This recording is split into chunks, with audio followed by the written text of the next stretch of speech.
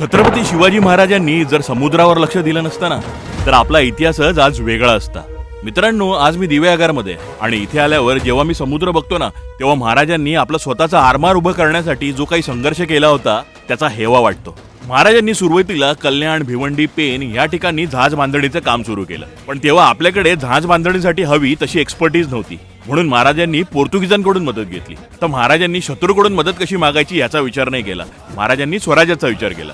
Rui लेटाओ Vegas नावाचा पोर्तुगीज हे सगळं काम बघत होता आणि त्याच्या हाताखाली जवळपास 300 ते 400 पोर्तुगीज होते. आता वसई किल्ल्यात असलेल्या पोर्तुगीज कॅप्टनला ही गोष्ट खटकत होती.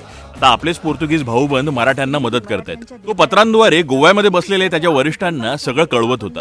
आता जहाज बांधल्यानंतर सुद्धा महाराजांना एक मोठं चॅलेंज होतं की ही बांधलेली जहाज खाडीतून मेन समुद्रात न्यायची होती. आता ह्या सगळ्या खाड्यांमध्ये म्हणजे वसईची खाडी असो किंवा पेन मधून भोगवती नदी जी समुद्रात जाते तिथे कारंजी नावाचा आयलंड आहे, तिथे सुद्धा पोर्तुगीजांचा किल्ला होता. आता मराठ्यांच्या तर्फे हा रुई लेटाओ वेगस वसईच्या कॅप्टनकडे परमिशन मागायला जायचा आणि त्याने जेव्हा आपल्या गोव्याच्या वरिष्ठांशी डिस्कस केलं त्यांनी त्याला सांगितलं की त्याला डायरेक्ट रिजेक्ट करू नको, शिवाजी तसा बलाढ्य आहे, त्याला तू चाल ढकल कर.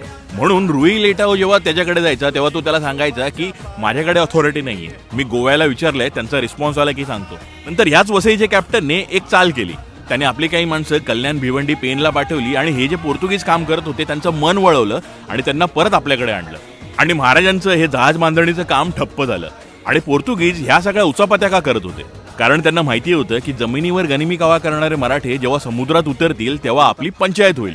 तर महाराजांनी आपल्या जहाजांचं काम कसं पूर्ण केलं आणि ही जहाज पोर्तुगीजांच्या नाकावर टिचून समुद्रापर्यंत कशी आणली याबद्दल काही जास्त डेटा अवेलेबल नाहीये. पण ही जहाज जेव्हा खरोखर समुद्रात आली तेव्हा इंग्रजांची आपसातली काही पत्र आहेत की मराठ्यांची ही जहाज इतक्या निकृष्ट दर्जाची आहेत की त्यांना आपण कधीही हरू शकतो. पण पुढे जाऊन याच जहाजांनी पोर्तुगीजांची, इंग्रजांची आणि आफ्रिकेच्या सिद्धीची फार पंचायत केली होती.